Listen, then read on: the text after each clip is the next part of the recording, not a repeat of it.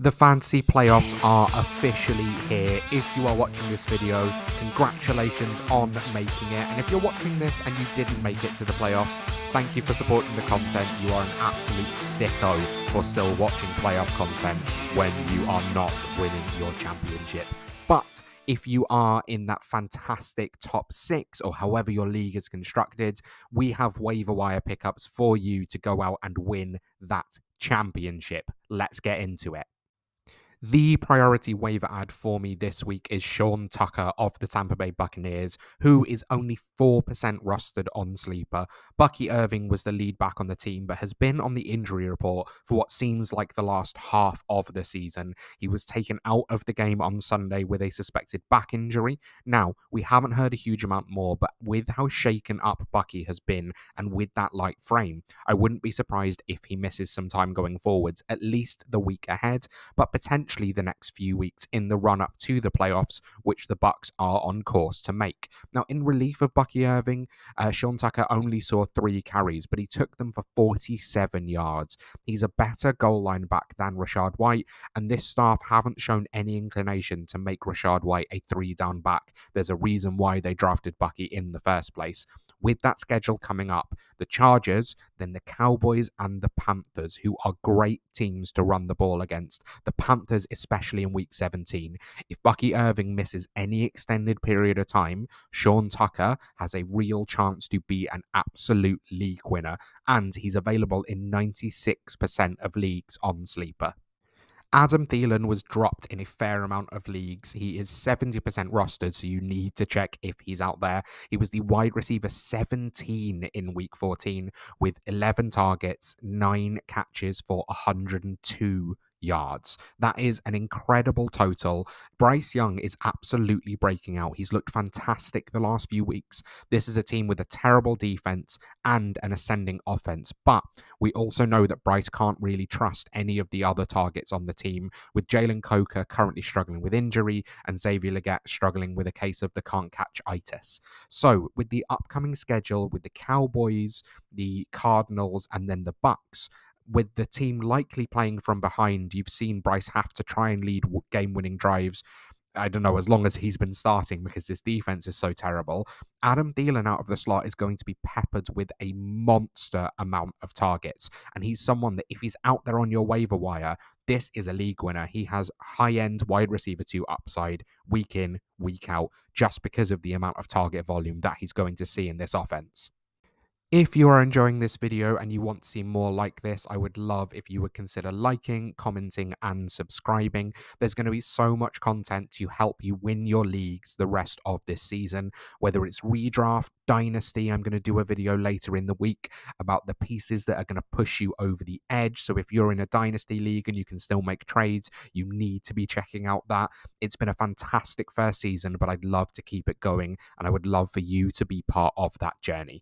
But let's get on to the next waiver wire pickup. So far on this season, the 49ers have lost at running back Christian McCaffrey, Jordan Mason, Elijah Mitchell, and now Isaac Guerendo is shaken up as well. So Patrick Taylor is the next man up in this offense. Patrick Taylor had a spell with the Packers, was cut, and is now on the 49ers. He actually played quite a good game on Sunday in relief of Guerendo. He carried the ball 7 times for 25 yards and scored a touchdown as well. So it seems quite clear to me that this is the next guy up if Guerendo misses time. And there is not a head coach in the league that you would rather have a replacement level back playing for. Kyle Shanahan has shown an ability to get production out of basically anyone at the running back position. Even the people that I've just named. Christian McCaffrey we know is a star. Jordan Mason and Elijah Mitchell have been very fancy relevant in small spurts. So there's no reason why Patrick Taylor can't be the same if Guerendo is going to miss time. And he's so heavily rostered, he's so heavily available, but you can cut him quite easily if it seems like Guerendo is going to play. Although I'd consider rusting him and stashing him for the rest of the playoffs because, oh my God, players get injured on this team so often at the running back position. Isaiah Davis was one of the surprises of week 14. We knew that Breece Hall was going to miss this week, but we expected it to be Braylon Allen's season. Now, they shared quite a similar workload, but Davis crucially got that goal line touch and that touchdown, and he out-targeted Braylon Allen in the receiving game. It seems like this is the third down back, and while they've said that Breece Hall isn't going to be shut down for the season, what do they have to gain by playing a superstar who's struggling with injury when they have officially been eliminated from the playoffs for the 14th year in a row? Sorry, Jets fans, to have to throw that in there. Isaiah Davis has a real chance to be relevant going forwards, especially because the next three teams that they're playing are teams you can really gash through the run game. That's Jacksonville, LA, the Rams, and the Bills. So, if Breece Hall is going to be shut down, Isaiah Davis is available in over 80% of fantasy leagues, and this could be a league winner that comes from absolutely nowhere. With superstar rookie wide receiver Lad McConkey injured Sunday night against the Chiefs, and I am going to call him a superstar because Lad McConkey has been absolutely fantastic. Quentin Johnston ended up seeing 7 targets, 5 receptions, 48 yards, and a touchdown, which led to him finishing as the wide receiver 22 in week 14, which is not bad for someone available in a huge amount of leagues. If Lad is going to miss time, which again, this is unsure, Quentin Johnston has flex upside. He is a deep threat wide receiver, and if you can just figure out how to catch that football, which I know is very, very hard for him, he has a quarterback with one of the biggest arms in the NFL. And with a really good game coming up against the Buccaneers, who you can throw on, there's a chance that he could be very relevant in week 15 especially, and he's out there on your waiver wires.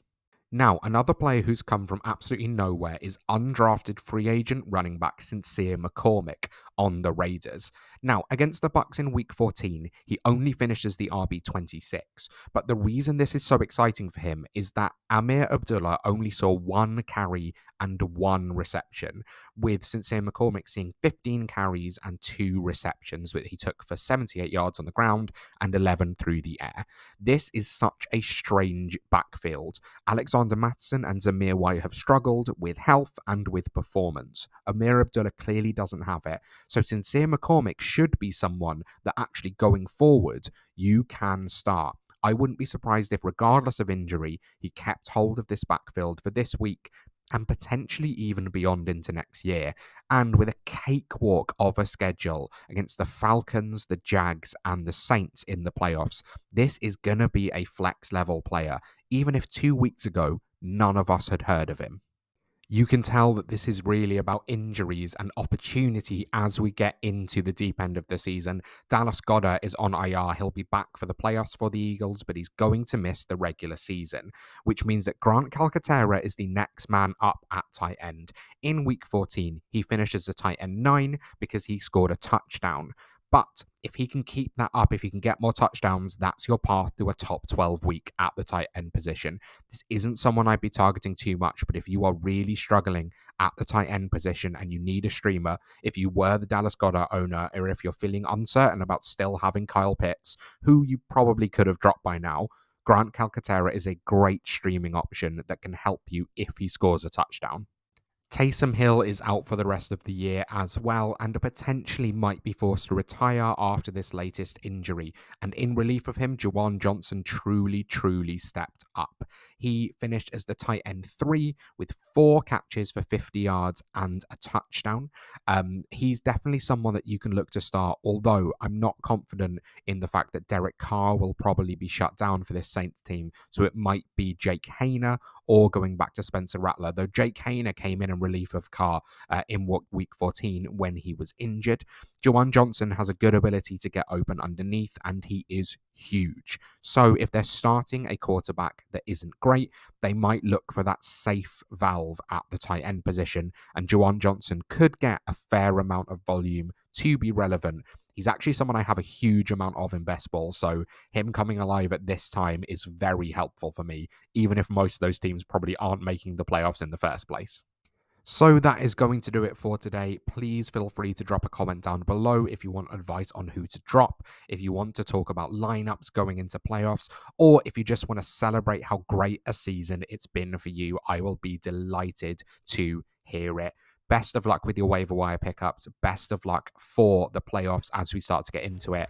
And I will see you next time.